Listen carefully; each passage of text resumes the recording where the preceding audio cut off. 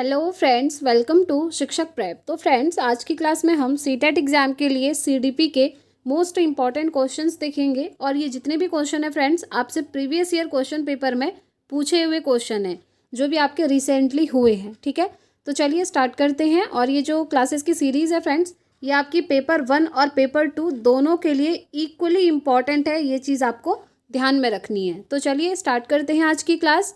और अगर आपकी कोई भी क्वेरी होगी तो प्लीज़ आप कमेंट बॉक्स में पूछ लीजिएगा। साथ ही साथ आप हमें टेलीग्राम पर ज्वाइन कर सकते हैं, वहाँ पर आपको इंपॉर्टेंट चीज़ें शेयर करी जाती हैं।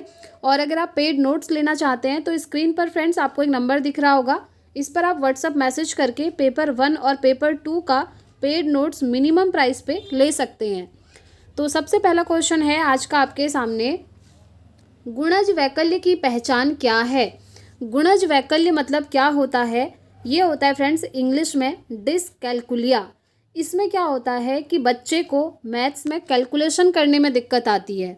जब भी आपसे ये क्वेश्चन पूछे गुणज वैकल्य क्या है, तो आपके दिमाग में सीधे क्लिक होना चाहिए, गुणज का मतलब हो गया गणन, यानी कि कैलकुलेशन। और कैलकुलेशन आपकी किस में होती है? सबसे ज़्यादा मैथ्स में होती है। तो बस मैथ्स से रिलेटेड जितनी भी प्रॉब्लम्स होती हैं, अगर बच्चा उन्हें फेस कर रहा है, दैट इज़ कॉल्ड डिसकैलकुलिया, यानी कि गुणज वैकल्य। ठीक है, और ये क्वेश्चन आपका कई बार पूछा हुआ है। तो चलिए ऑप्शन एक बार देखेंगे। सबसे पहला है गणन कौशल क्षीणता, संख्याओं और गणितीय तथ्यों को समझने में दिक्कत होती है बच्चे को, या फिर अवधान अतिक्रियाशीलता आवेगशीलता होता है, या फिर मौलिकता प्रवाह और लचीलापन है, या मांसपेशियों के संचालन गतिशीलता और परस्परता में कठिनाई होती है। तो जैसा कि मैंने आपको पहले ही एक्सप्लेन कर दिया है गुणज वैकल्य क्या है, तो इसका राइट आंसर क्या होगा? ऑप्शन 1 हो जाएगा। इसमें बच्चे को गणन कौशल में प्रॉब्लम होती है, संख्याओं और जो गणित के तथ्य होते हैं उनको समझने में प्रॉब्लम आती है। ठीक है, तो इसका राइट आंसर क्या हो जाएगा? ऑप्शन 1 हो जाएगा। चलिए आगे बढ़ते हैं। नेक्स्ट क्वेश्चन, समावेशी शिक्षा में कौन सम्मिलित हैं? इंग्लिश में बोलते हैं समावेशी शिक्षा को इंक्लूसिव एजुकेशन। तो इसमें कौन कौन से बच्चे सम्मिलित होते हैं, इंक्लूडेड हैं, ये आपसे पूछा है। तो सबसे पहले है अधिगम अक्षमता वाले विद्यार्थी, दूसरा है प्रतिभाशाली विद्यार्थी, तीसरा है दृष्टिबाधित विद्यार्थी, और चौथा है वह बच्चे जो ऐसे समुदाय से हैं जो हाशिए पर हैं।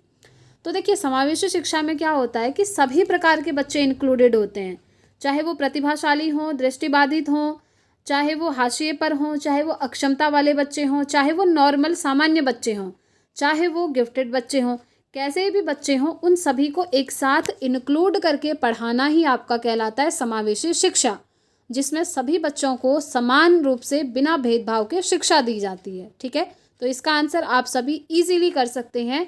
इसका राइट आंसर हो जाएगा ऑप्शन 4, जिसमें आपके सभी ऑप्शन दिए हैं A, B, C और D ऑप्शन। ठीक है, क्योंकि मैंने आपको बताया समावेशी शिक्षा के अंदर सभी प्रकार के बच्चे इंक्लूड हो जाते हैं। चलिए आगे बढ़ेंगे। नेक्स्ट क्वेश्चन देखिए, एक शिक्षिका को विद्यार्थी के किस व्यवहार से यह इंगित होगा कि वह विद्यार्थी दृष्टिबाधित है? बताइए, ऐसी कौन सी पहचान है जिससे एक टीचर को पता चलेगा कि बच्चा दृष्टिबाधित है? दृष्टिबाधित मतलब होता है ब्लाइंड है, वो देख नहीं पाता है। ठीक है, तो पहला ऑप्शन दिया है कि श्यामपट्ट को बहुत दूर से पढ़ने को चुनना, सूक्ष्म जानकारी वाले भौतिक नक्शों को पढ़ना, बारीक मुद्रक वाले कार्यपत्रक को तुरंत पूरा कर लेना, और पढ़ने में चुनौती महसूस करना और पढ़ते समय आंखें मिचकाना। अब बताइए, जब आप टीचर बन जाएंगे तो एज अ टीचर आप एक दृष्टिबाधित बच्चे की पहचान कैसे करेंगे? क्या वो बच्चा दृष्टिबाधित हो सकता है जो श्यामपट्ट को बहुत दूर से भी पढ़ ले रहा है? हो सकता है दृष्टिबाधित? नहीं। अगर कोई बच्चा श्यामपट्ट में लिखा हुआ दूर से पढ़ रहा है, इसका मतलब तो उसकी आइज़ बहुत शार्प हैं, ना कि वो दृष्टिबाधित है। ठीक है, नेक्स्ट है कि सूक्ष्म जानकारी वाले भौतिक नक्शों को वो पढ़ ले रहा है, यानी कि ऐसे नक्शे, ऐसे मैप हैं जिनमें छोटी छोटी इन्फॉर्मेशन दी हैं, उन्हें भी वो पढ़ ले रहा है, तो वो बच्चा दृष्टिबाधित नहीं हो सकता। बारीक मुद्रक वाले कार्यपत्रों को वो तुरंत पूरा कर ले रहा है। बारीक मुद्रक मतलब छोटा छोटा सा छपा हुआ है बुक में और उनको वो फटाफट से रीडिंग मार ले रहा है, तो ये बच्चा दृष्टिबाधित नहीं हो सकता। तो दृष्टिबाधित बच्चे की पहचान ये है जो बच्चा पढ़ने में चुनौती महसूस कर रहा है, मतलब उसको पढ़ते टाइम प्रॉब्लम आ रही है और पढ़ते टाइम वो अपनी आँखों को मिचका रहा है। जैसे अगर आप लोग कंटिन्यूसली कोई मूवी देख रहे हैं या कोई सीरियल देख रहे हैं, कॉमेडी देख रहे हैं, कुछ भी देख रहे हैं, अगर आप कंटिन्यूअसली देख रहे हैं तो एक टाइम ऐसा आता है जब आपकी आइज़ में थोड़ा सा पेन होता है तो आप अपनी आंखें मिचकाने लगते हैं, है ना। तो ये वाली जो चीज़ है ना, ये दृष्टिबाधित बच्चे के साथ हमेशा होगी। अगर वो कोई भी चीज़ पढ़ रहा है तो उसको चुनौती महसूस होगी और साथ ही साथ आँखों को वो मिचकाने लगेगा। तो इसीलिए राइट आंसर क्या हो जाएगा, ऑप्शन 4 हो जाएगा। चलिए आगे बढ़ेंगे। नेक्स्ट क्वेश्चन है फ्रेंड्स, मेधावी अधिगमकर्ताओं की आवश्यकताओं को पूरा करने के लिए एक अध्यापिका को क्या करना चाहिए, बताइए। पहला है कि कार्यों को समझने के लिए निश्चित निर्देशन और विस्तृत दिशा निर्देशक देना। दूसरा है निर्धारित पाठ्यचर्या का सख्ती से अनुसरण करना। देखिए, कभी भी पाठ्यचर्या का सख्ती से अनुसरण नहीं करना है। सख्ती से अनुसरण करना मतलब है कि आप उसके ऊपर रिजिडिटी अपना रहे हैं, मतलब एक स्ट्रिक्टनेस आप फॉलो कर रहे हैं, जो कि नहीं करना है, ठीक है। नेक्स्ट है मानकीकृत आकलन युक्तियों का प्रयोग करना, जी नहीं। देखिए फ्रेंड्स, ये जो मानकीकृत वर्ड आप देख रहे हैं, इंग्लिश में इसको स्टैंडर्डाइज्ड कहते हैं। ये एक नेगेटिव वर्ड है। जहाँ भी जिस भी ऑप्शन में आपको दिख रहा है मानकीकृत लिखा है तो वो ऑप्शन आपका कभी सही नहीं हो सकता। मानकीकृत मतलब होता है मानक निर्धारित कर देना कि बच्चा इतना स्कोर करेगा तो इतना उसकी पोजीशन ये आएगी, इतना स्कोर करेगा तो ये पोजीशन आएगी। ऐसे कभी भी मानक निर्धारित नहीं करने चाहिए। नेक्स्ट है मध्यम से उच्चतर श्रेणी के चिंतन वाले कार्यकलाप देना, जी हाँ, एब्सोल्युटली राइट। अगर कोई मेधावी बच्चा है, अधिगमकर्ता मतलब बच्चा होता है, तो अगर कोई मेधावी बच्चा है तो उसकी आवश्यकताओं को पूरा करने के लिए आप क्या करेंगे, मध्यम से उच्चतर श्रेणी के चिंतन वाले कार्यकलाप देंगे। यानी कि पहले मीडियम वाली चीज़ें दी, उसके बाद हाई लेवल की आप उसको चीज़ें दे रहे हैं जहाँ पर बच्चे को चिंतन करना पड़ेगा, सोच विचार करना पड़ेगा, ठीक है, यानी कि अपना ब्रेन यूज़ करना पड़ेगा। तो इसीलिए ये बिल्कुल यहाँ पर राइट हो जाएगा। चलिए आगे बढ़ते हैं। नेक्स्ट क्वेश्चन, निम्न में से समावेशी कक्षा में किसका प्रयोग करना चाहिए। पहला है नैदानिक नामीकरण, दूसरा है यथोचित समायोजन, तीसरा है बच्चों का पृथक्कीकरण और चौथा है प्रतिस्पर्धात्मक कक्षा लोकाचार। तो देखिए फ्रेंड्स, ये आपको ध्यान रखना है। यहाँ पर अगर समावेशी कक्षा की बात करें तो यहाँ पर यथोचित समायोजन करना चाहिए, यानी कि सभी बच्चे एक साथ समायोजित होकर पढ़ेंगे। नामीकरण एक नेगेटिव चीज़ है, कभी भी बच्चों का नामीकरण नहीं करना है, ठीक है। बच्चों का पृथक्कीकरण यानी कि आप बच्चों को अलग थलग कर दे रहे हैं, बिल्कुल नहीं। समावेशी कक्षा तो कहता है बच्चों को ग्रुप में सिखाओ, ना कि बच्चों का पृथक्करण करो। इसमें क्या होता है, बच्चों को अलग अलग कर दिया जाता है, सेपरेट कर दिया जाता है। जैसे यहाँ पर ना अलग अलग ग्रुप बना देते हैं कि ये बच्चे नॉर्मल कैटेगरी के हैं, ये इंटेलिजेंट हैं, ये मूर्ख हैं, ये पृथक्कीकरण होता है। तो ये कभी भी नहीं करना है, ठीक है। तो इसीलिए ये ऑप्शन भी एलिमिनेट हो जाएगा। और प्रतिस्पर्धात्मक कक्षा लोकाचार, ये भी आपका एलिमिनेट हो जाएगा, क्योंकि कभी भी बच्चों के मन में प्रतिस्पर्धा, कंपटीशन की भावना पैदा नहीं करनी है। आजकल मोस्टली आप देखते होंगे बच्चों के जो पेरेंट्स होते हैं वो बच्चों के बीच में कंपटीशन की भावना रखते हैं। जैसे दो बच्चे हैं जो पड़ोस में रहते हैं, ठीक है, एक बच्चा क्लास में फर्स्ट आ गया और एक बच्चा थर्ड आ गया। तो जो बच्चा थर्ड आया है उसके ऊपर उसका मेंटल पीस एकदम ख़त्म कर दिया जाता है पेरेंट्स के द्वारा, ये बोलकर कि देखो जो हमारे पड़ोस में बच्चा रहता है वो फर्स्ट आया है, तुम फर्स्ट क्यों नहीं आए, तुम थर्ड क्यों आए। इस तरीके से ये जो कंपटीशन वाली चीज़ें होती है ना, कि अपने बच्चे को ये बोलना कि तुम्हें उस बच्चे से आगे निकलना है, ये बहुत ही नेगेटिव चीज़ होती है फ्रेंड्स। ये कभी भी नहीं करनी चाहिए।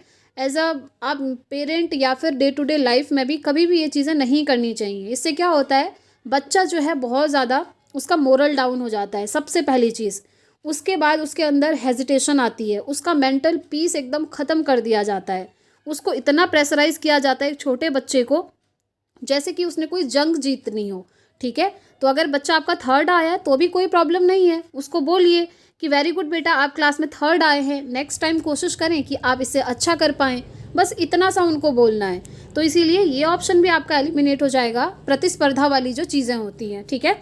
दैट्स वाई राइट आंसर क्या हो जाएगा, यथोचित समायोजन, यानी कि जहाँ पर सभी बच्चों का समायोजन किया जाता है, एक साथ इंक्लूड करके पढ़ाया जाता है, ठीक। चलिए आगे बढ़ते हैं। नेक्स्ट क्वेश्चन, निम्न में से कौन से कारक अधिगम को प्रभावित करते हैं, यानी कि जो आपकी लर्निंग की प्रोसेस है उसको कौन कौन से फैक्टर जो है आपका प्रभावित करते हैं, उसको इफेक्ट डालते हैं।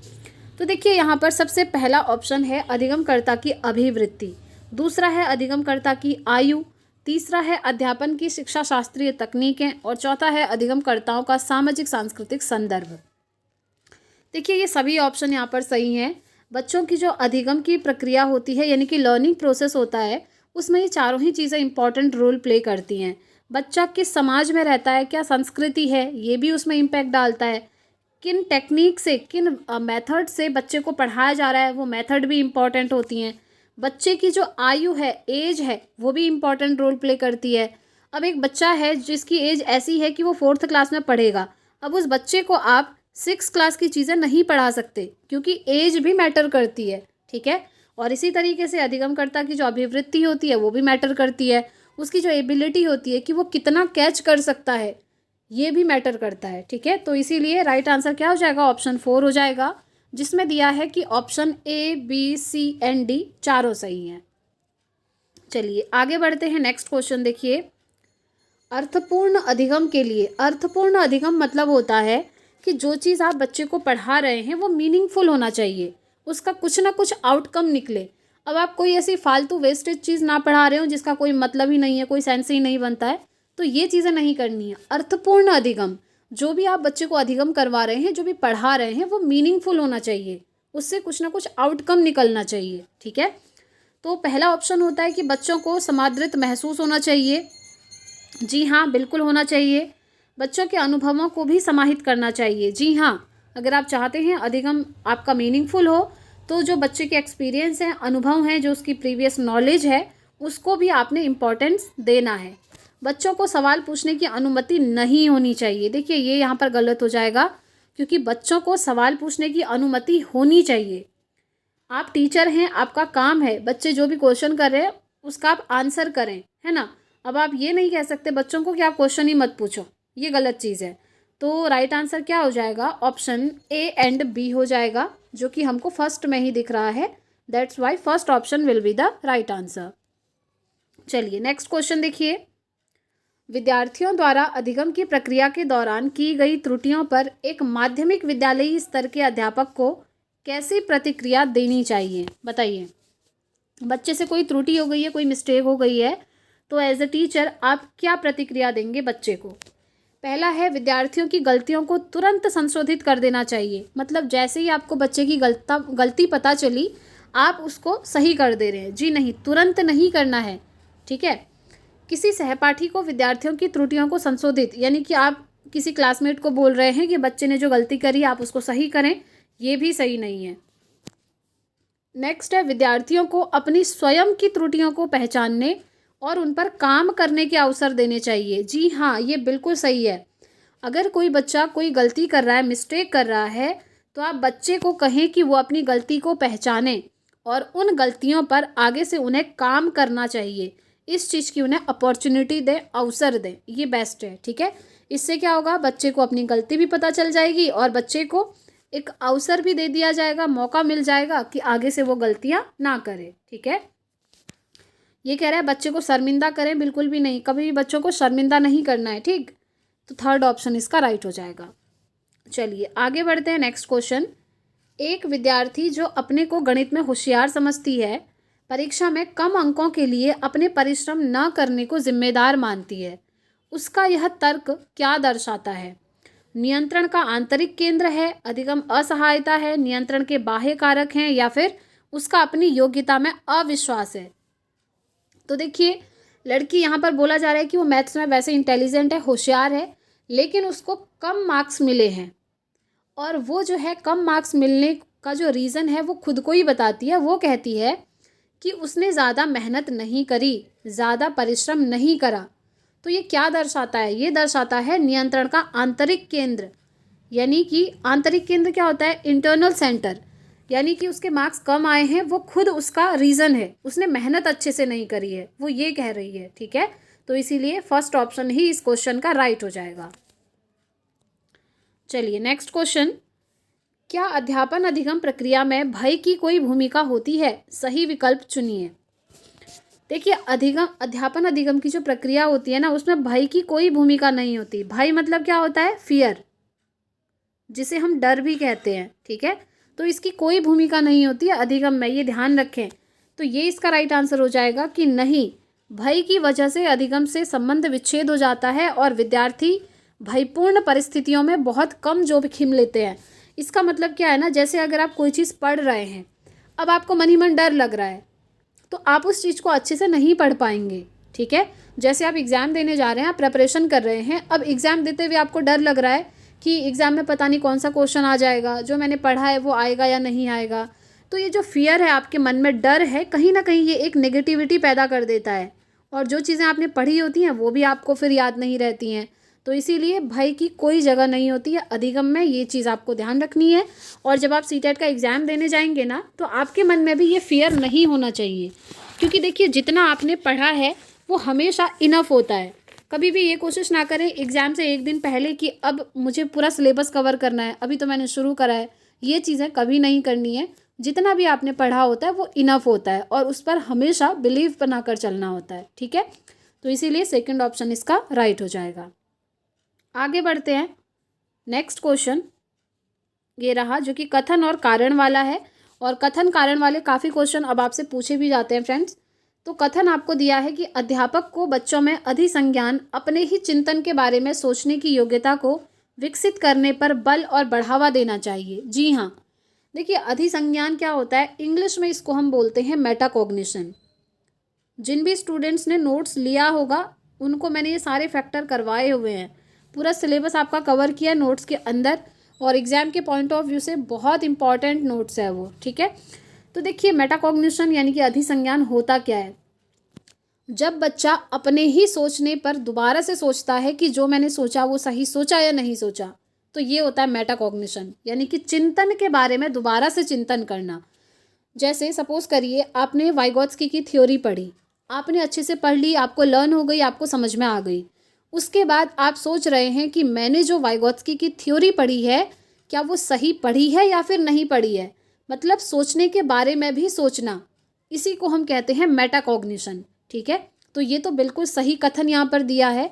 कारण दिया है कि अधिसंज्ञानात्मक ज्ञान बच्चों को अपने चिंतन को स्वनियंत्रित करने में मदद करता है। एब्सोल्युटली राइट, ये जो मेटाकॉग्निशन होता है ना, ये बच्चे को अपने ही चिंतन, यानी कि बच्चा जो चीज़ सोच रहा है उसको क्या करता है, सेल्फ कंट्रोल करता है, स्वनियंत्रित कर पाता है कि जो चीज़ मैं सोच रहा हूँ वो सही सोच रहा हूँ या नहीं सोच रहा हूँ, तो वो खुद ही उसको कंट्रोल कर लेता है। ठीक है, तो इसीलिए कथन और कारण दोनों सही हैं यहाँ पर। तो इसका राइट आंसर देखते हैं, ऑप्शन 1 हो जाएगा। ठीक है, क्योंकि ऑप्शन 1 में दिया है ए और आर दोनों सही हैं, परंतु आर ए की सही व्याख्या करता है। जी हाँ, आर ए की बिल्कुल सही व्याख्या कर रहा है। ठीक है, तो फर्स्ट ऑप्शन ही यहाँ पर राइट हो जाएगा।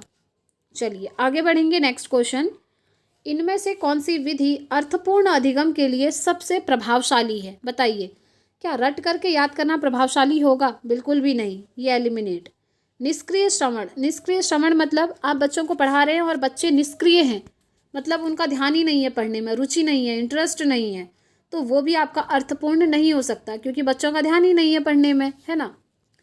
ड्रिल और बार बार अभ्यास, जी नहीं, बार बार अभ्यास ड्रिल करना मतलब रटना ही हो जाता है ये भी, तो ये भी एलिमिनेट हो जाएगा।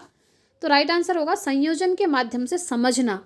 देखिए कभी भी रटना लिखना ये इंपॉर्टेंट नहीं होता है, इंपॉर्टेंट होता है चीज़ों को समझना, अंडरस्टैंडिंग। ठीक है, तो अगर आप चाहते हैं कि आप जो पढ़ा रहे हैं बच्चों को वो अर्थपूर्ण होना चाहिए, मीनिंगफुल होना चाहिए, तो आप कोशिश करें कि बच्चों को वो चीज़ समझ में आए।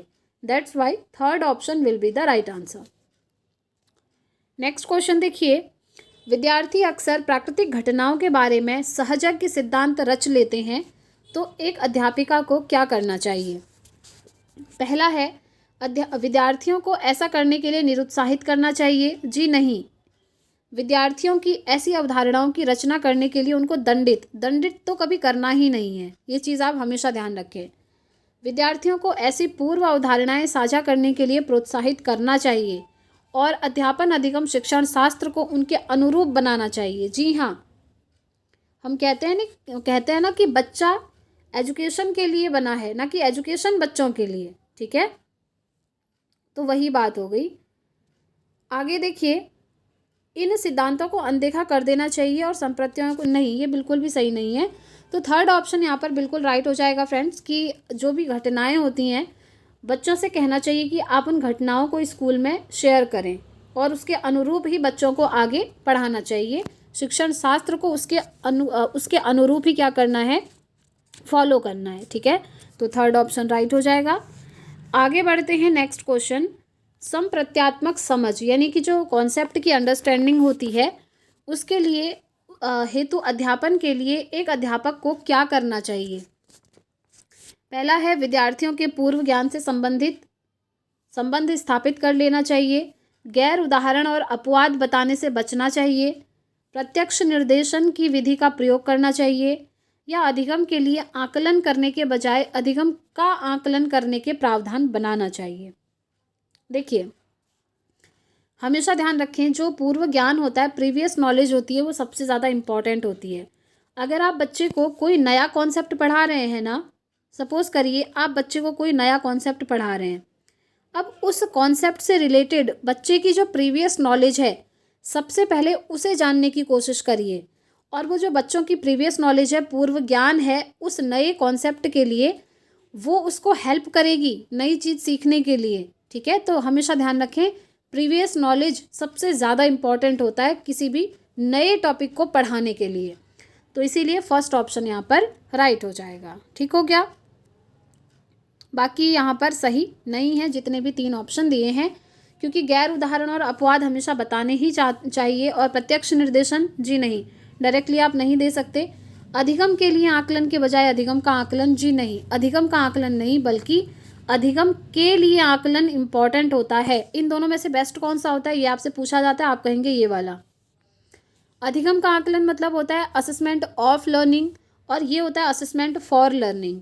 इसमें क्या होता है कि बच्चा और ज़्यादा लर्निंग कर सकता है, लेकिन इसमें लर्निंग जो है दोबारा नहीं होती, क्योंकि यहाँ पर बच्चे को सीधा सीधा रिपोर्ट कार्ड दे दिया जाता है, या तो वो पास हो जाता है या तो वो फेल हो जाता है।